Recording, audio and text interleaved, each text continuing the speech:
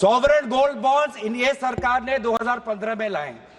2015 में ये सरकार ये सॉवरेन गोल्ड बॉन्ड्स इन्होंने शुरुआत की और अभी हाल की बजट में जब इनका पूरा ये स्कीम फियास्को हो गया, पूरा स्कीम फ्लॉप हो गया, अब ये स्कीम को बंद करना चाहते हैं। क्यों? क्योंकि इनका मंशा ये था कि बाहर से जो गोल्ड का इंपोर्ट आता है वो घटना चाहिए। इनका प्रेस रिलीज में यही सरकार का ये था जब सॉवरेन गोल्ड बॉन्ड्स आया। अब मैं जानना चाहता हूं आदरणीय वित्त मंत्री से कि sovereign gold imports since 2016 is it gone up or has it gone down? Which one of your objectives of the sovereign gold bond scheme have you achieved? We want to know.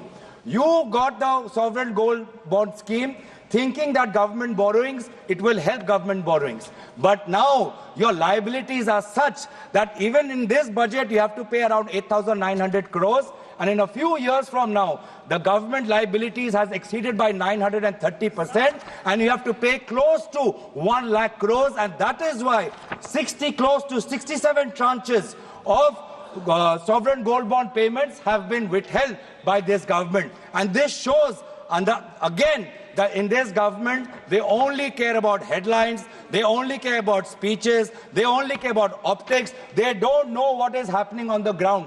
They don't know what is happening on the ground. अब बात आती है GST की। GST बोल सकते हैं ना sir? अभी वित्त मंत्री ने दोबारा कहा कि ma'am please have the patience ma'am you can say all of this in your reply ma'am. Please on all of ma'am, you hear your speakers also. You hear when your speakers come, you tell them also the same thing. Please tell them the same thing. Please tell them the same thing. Now I'm telling, if I'm saying anything which is not related to finance economy, you tell. Now in GST, caramel popcorn alag, non-caramel popcorn alag. Now GST में sir former chief of economic adviser, इन्हीं के सरकार के time में former chief of economic adviser ने कहा है कि सिर्फ रेट कट से नहीं होगा, आपको जीएसटी स्ट्रक्चर में सुधार लाना है। लगभग 100 रेट है, इतने सारे सेसेस है, मल्टीपल टैक्स स्लैब्स है। आज तो सर आप हैरान होंगे ये जानने पर, आज मंदिर पर भी जीएसटी है।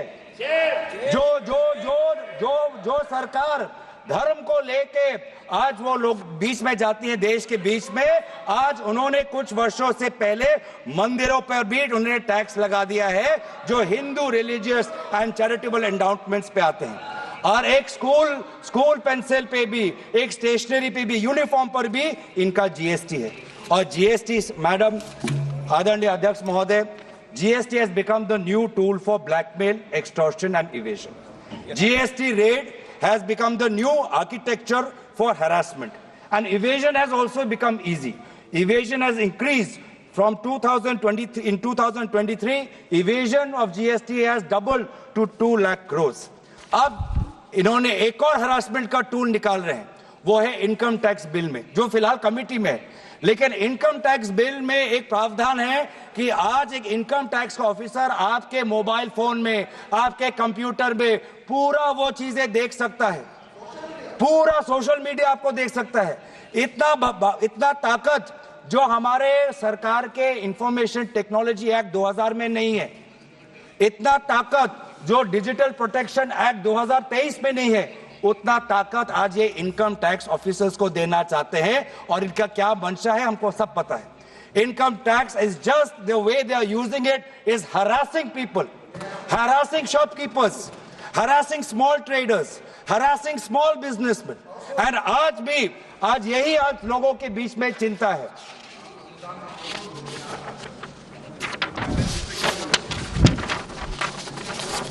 धन्यवाद सर।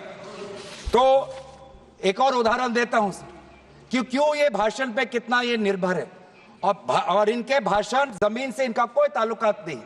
भाषण में बोला कि सर कि मैन्युफैक्चरिंग को जीडीपी का 25% बनाना है। कभी मेक इन इंडिया की बात करते हैं, कभी पीएलआई की बात करते हैं, कभी शेयर दिखाते हैं। हाँ, हेडलाइन उन्होंने मैनेज किया सर। जो world bank ease of doing business है उसमें तो हेडलाइन मैनेज हो गया। उसमें इंडिया का रैंक 2014 में 142 था, वो 2019 में जाके 63 आपने इंप्रूव किया। माना ये रैंकिंग आपने कर दिया। लेकिन मैन्युफैक्चरिंग का वास्तविक स्थिति क्या है कि there has been a drop in the value added manufacturing in GDP. In 2010, manufacturing was 17% of the GDP. Today, it has dropped to 12.9%.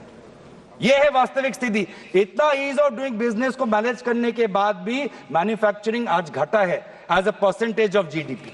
Private sector investment आज घटा है. आज प्राइवेट सेक्टर इन्वेस्टमेंट कहां पे होना चाहिए सर? उन क्षेत्रों में, उन सेक्टरों में जहां पे हमारे लोगों को मजदूरी मिलती है, रोजगार मिलता है. वो सेक्टर्स क्या है? वो सेक्टर्स है apparel, leather, textiles, food products, would, paper. But यहाँ पे जिस प्रकार से सहायता होनी चाहिए नहीं मिल रही. यहाँ पे जिस प्रकार से ग्रॉस वैल्यू एडिशन ग्रोथ होना चाहिए नहीं हो रहा है.